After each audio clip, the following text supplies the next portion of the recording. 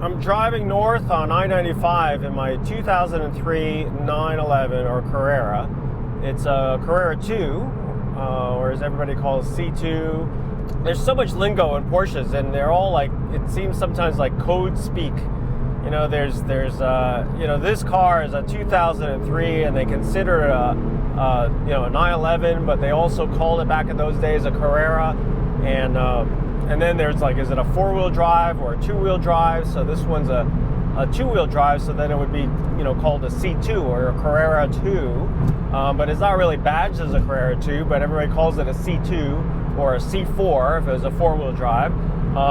And then the code name, factory code name for this thing is a 996, because the way the Germans would put part numbers is that when they first designed this car in 1999, they designated the internal number for Porsche, any part that was associated with this car, the first three digits of the serial, or the first three digits of the part number, started in 996. So any specific Porsche part that came off this car, whether it be a fender or a transmission or a shift gear linkage thing that came to a car that was designed this way, it has 996 dot whatever number it was for the part number. So these cars internally were known as 996s. So, and what does 996 designate? 996 designates the cars that were built from 1999 until, what is that, 2004? So I bought this car about 5 years ago because I realized that these water-cooled 911s are pretty good cars.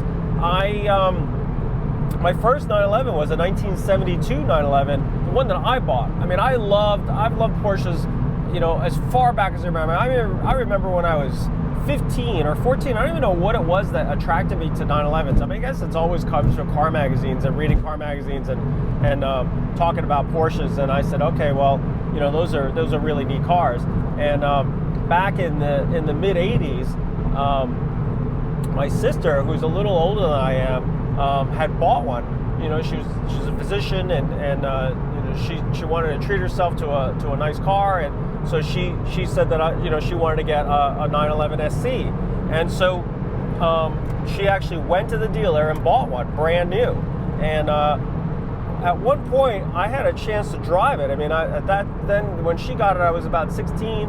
I learned how to drive stick, and she let me drive the car. And I remember the impression that I had, which was, and it kind of set me off for all cars in the future. But I drove the 80. It was an 82 or 81 SC, and you know, back then they were called SCs. They're 3-liter SC motors, and I drove it, and I said to myself, I don't know what I'm going to do, but one day I'm going to own one of these cars. Fast forward, you know, a few years later, and it was I graduated from college, and this friend of mine had found a 911, and he called me up and he says, hey, you know, Tom, I think I found a good 911. And I was like, how do you think I can afford a 911? I mean, they're not cheap. And he says, no, but I think I found the right one. He goes, I found a 72. It's at the shop. It belongs to a guy who failed the emissions test on it, has mechanical injection. It's running too rich. I think it's just a mistimed mechanical pump. You know, we're all talking, you know, again, talk about Porsche speak. You know, MFI was what 72 911s had. You know, it was a Bosch you know, injection pump. The car also needed a transmission rebuild, so it needed a lot of work. It had needs, but it was $2,200. And I said, well, now you got my attention. So I went and looked at the car and drove it. We suspected that the mechanical pump was mistimed without getting into the details.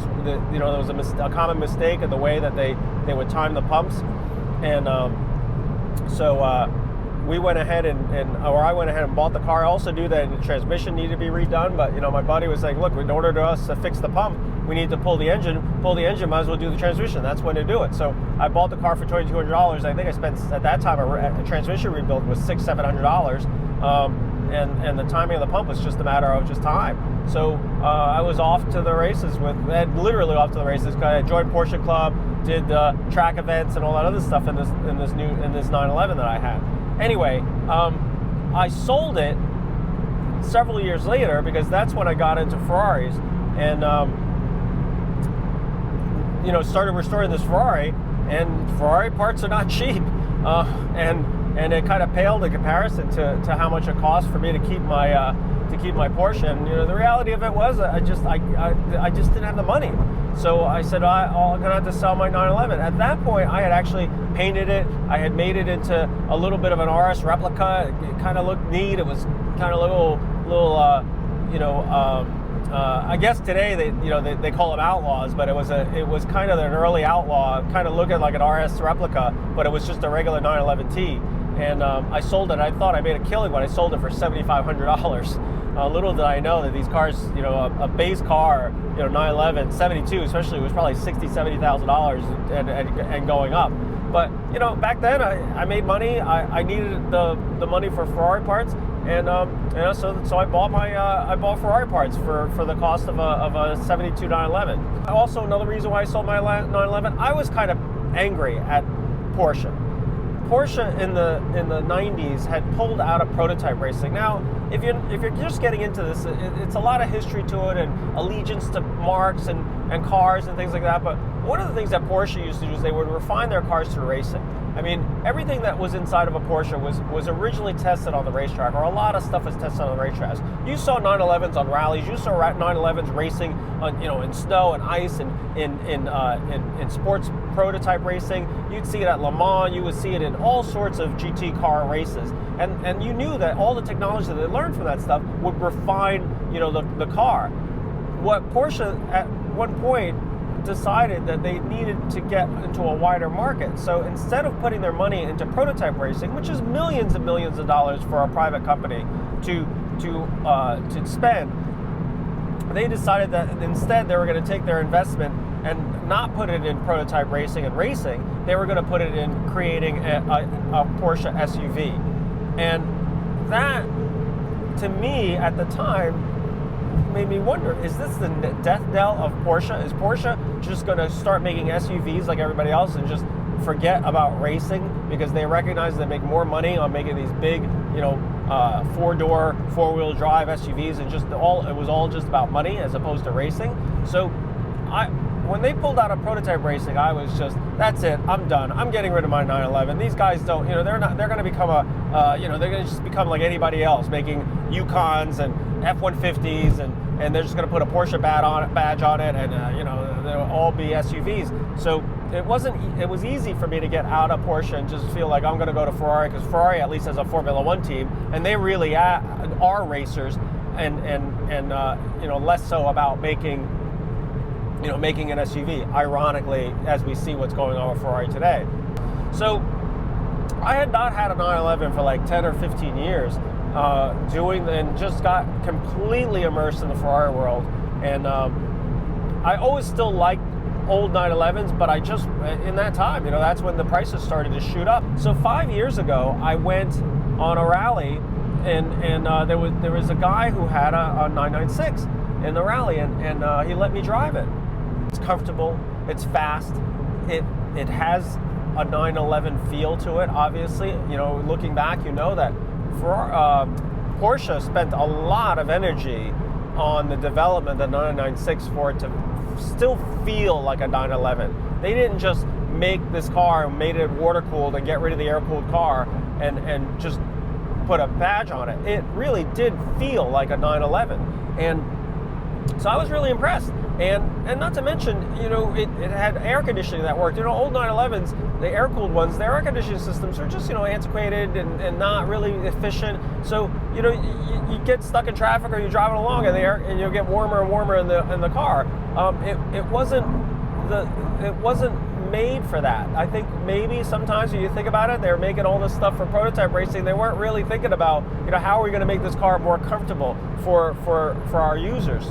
So, get in this 996, and we're cruising along, and it's a 6-speed car, and it's got air conditioning, it's got all these creature comforts, and I started to really think about it. And we also knew that they were cheap.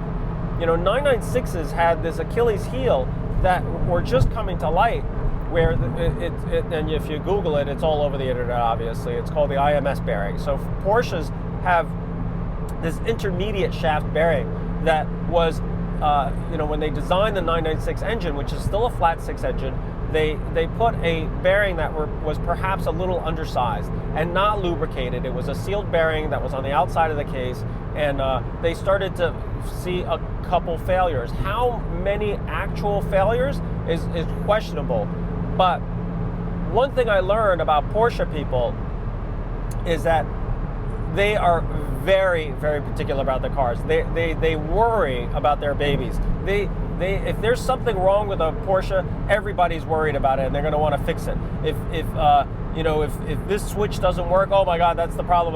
This is the fix, and we know how to fix it. And so it's a very dedicated group of owners, but sometimes a little overreactive. And so this IMS bearing has then become, so concerning to most Porsche owners that they needed a solution. So of course, the market will only do and support what people want. So people went out and redesigned the bearing, put a better bearing in. So they said, look, this little bearing that can be prone to failure. Companies have gone out and developed a better bearing. So. But the only problem is transmission has to come out. It's a major job, not a huge job, but you have to pull the transmission out to get to the bearing. So a lot of times people say, well, when you do the clutch on the car, change the IMS bearing. Okay, great. And then then there's another version. Another company wants to get in on it. I mean, you got to remember they made thousands of 996s. They made a bunch of these cars, and rightfully so, because when Porsche at that time, when they were coming out with the 996. It was the first water-cooled car. Porsche had changed their directive to make these cars more mass appealing, more comfortable. They sold more 996s than they ever sold of any of the air-cooled cars, any version of the air-cooled car, just to show you where they were at. They were smarter than me, obviously. They knew what they were doing. But because they made thousands and thousands of these 996s, and they all had the same bearing, except for the turbos and all this, which we're not going to get into. But generally, if it was a 996 and a Boxer, or Boxster, sorry, Boxer's Ferrari, Boxster is a Porsche. The Boxsters had the same issues. Both of these models had the same issue. So people went ahead and created replacement bearings, upgraded bearings that everybody could buy. They sold thousands of them, and they're still selling thousands of them. And now they're telling you that some of the older replacement bearings, you need to replace them every time because they only last 60,000 miles. So there's been a small industry of shops and aftermarket suppliers that are supplying parts for this IMS bearing. The real mechanics that work on these cars tell you, yes, we've seen IMS bearing failures, but we've also seen cars that go thousands and thousands of miles without any issues with IMS bearings. So what does one do? Does one think that it's an overblown issue, or does one go and prophylactically replace the IMS bearing? And I don't know how to weigh in on that. When I bought this car, the IMS bearing had already been replaced. So fine, done. Once you replace the IMS bearing, the car's fine. So I didn't have to worry about, oh my God, this car, get it done, not get it done, should I get it done, how much can I afford to get it done? This one was done. But when I knew that the 996, well, I'm jumping ahead a little bit. So I started, casually looking for a 911 because I said, hey, I'm in a position I could get another car. It'd be really nice to get a Porsche again, and started looking for 911s and see if they could afford it, because the cheapest one was this 996. And so I knew this one. It belonged to a friend of mine. It had sold to another friend of mine.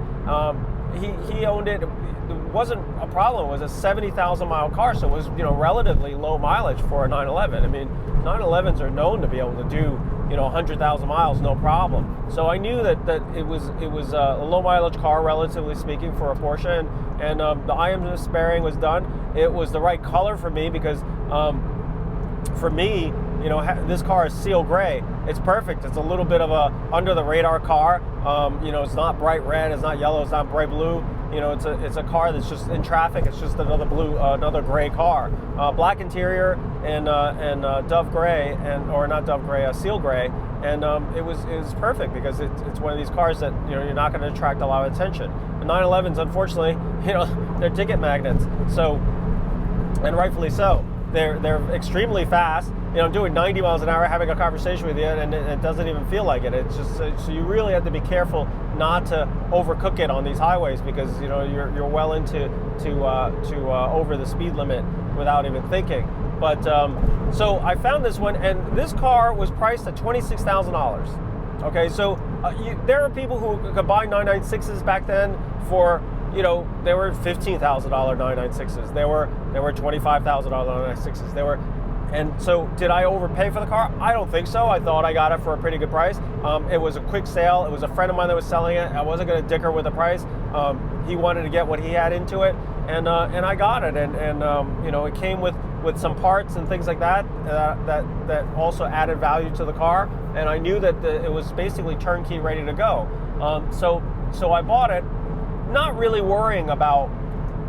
I don't really worry about future value of a car. I mean, I don't buy a car to say, is this an investment for future value? All I want to do is just make sure I didn't exorbitantly overpay. So at $26,000 for a 996 with 70,000 miles, C2, and this one for all the Porsche train spotters out there, this is what they call an X51 package. So it had the higher performance engine, slightly more horsepower than a stock C2. So is the horsepower, can you feel the horsepower? Supposedly, negligibly, I think it's maybe 20 some odd horsepower more than the stock, 3.6 liter 996 engine. So let's talk a little bit more accurately, right? This is what they would call a 996.2, because 996 in the middle of it bored out their 911s or changed the jugs. So it went from a 3.4 liter engine to a 3.6 liter engine. So this is the 3.6 liter engine, the later 996, and also it had the performance upgrade. So it had a freer flowing intake manifold and a sport exhaust. So that in combination gave it a little bit more horsepower. You got to remember, horsepower sometimes is just it's kind of like bench racing. It's like, when you say, I got 20 more horsepower, 24 horsepower only shows up really at wide open throttle, at red line, because what you're trying to do, or wide open throttle in its power band, very rarely are you driving side by side, unless you're drag racing another car of similar, light to light, will you marginally see a difference. The rest of it is just it's just bench racing. It's like I'm saying, I have 20 more horsepower than your car. Can I prove it? Yeah, we could prove it in a drag race if all things being equal. If I launch the car correctly, if I hook up the wheels correctly. But it doesn't mean that I'm going to beat a 3.4 liter or 6 liter non-X51 package 911. Am I going to meet them time and time again simply because I have 20 horsepower? No, that's not the case. I mean, it takes more. It takes skill. It takes timing. It takes, weather conditions. All those things have to add up to whether you want to race. You're supposed to have a little bit more of an advantage, but those advantages can easily be taken up by the driver.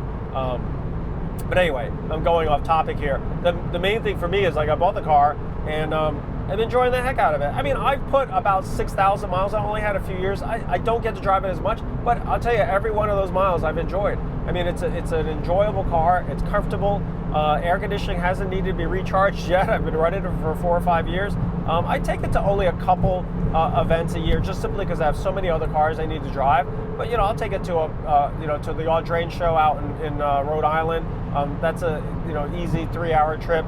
And then I'll take it to, and this is one of the longest ones I've done. I took it down to Florida and back to New York, and so it's just a really enjoyable, comfortable drive. So the funny thing on the 996s now is the new worry of Porsche owners, which is amusing to watch, because the latest one is bore scoring. So now, and I don't know if it's just the way I watch YouTube, but now all of a sudden I did one search just to do some research on bore scoring and what it means and how it happens.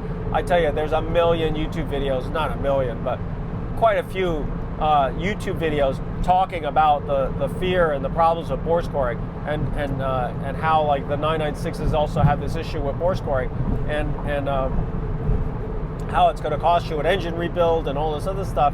And I'm not saying it doesn't happen, But at the same time, oh great, so now you got something else that these owners can worry about. And some of the signs, the first signs of bore scoring is that the engine smokes a little bit on startup.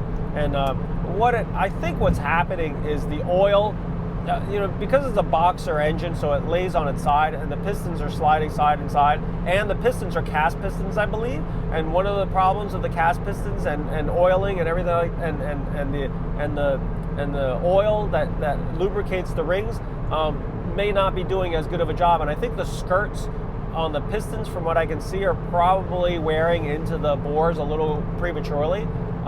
The bores, the cylinder walls, I believe, are aluminum. There are all sorts of different materials that Porsche has used for the bores on their flat sixes. I mean, going all the way back to the 60s and the 70s, they had Nicosil and treated aluminum, as opposed to normal cars that have like a cast iron liner and all those other things. So, sometimes they'll do a combination of materials, and it just, over the years, they find out that it wasn't really durable. And then sometimes you'll get a 911 that they got the right combination of materials, and you'll do 150,000 miles on a Porsche motor, which is basically unheard of in most, Ferraris and high performance engines. But at the same time, you have cars now with these 996s. They're talking about, it's got problems with the bore scoring. My view is, luckily for me, my car doesn't smoke on startup. And what am I going to do? Am I going to stop driving this car because I'm worried that the engine is going to, get a bore scoring? Because obviously, if the lubrication or the pistons or the rings is starting to scratch up the bores, that's where you're getting the scoring. And my feeling is, okay, so if it happens, it's going to happen. I mean, what are we going to do? It's not. I'm not going to stop using the car. And who says every car is going to have bore scoring? When you get bore scoring when it happens. But not using the car because you're concerned of the bore scoring, to me, is kind of ridiculous. It's like you got to just keep using your car. And the thing is, if it does happen, I mean, I admit that my thought process is tempered a little bit because of Ferraris. But okay, so what is it going to cost me to do the engine on my Porsche? It's like, there's going to be some labor. It's going to be $5,000, $6,000, $7,000. What is it going to cost? But like, for that kind of money, I'm not going to buy another Porsche, and I can't buy one that doesn't have the bore scoring issue, because those are significantly more money.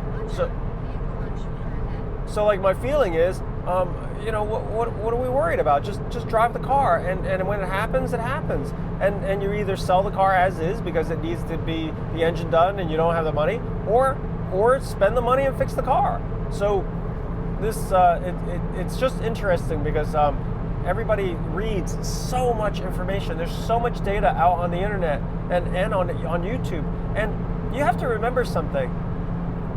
People very rarely write or shoot videos about how everything is great and there's no problems with the car. You only see problems, like the guys who have their engines torn apart. That's because their engine's broke. But then if you use that as a metric, you'd think that every engine is broken.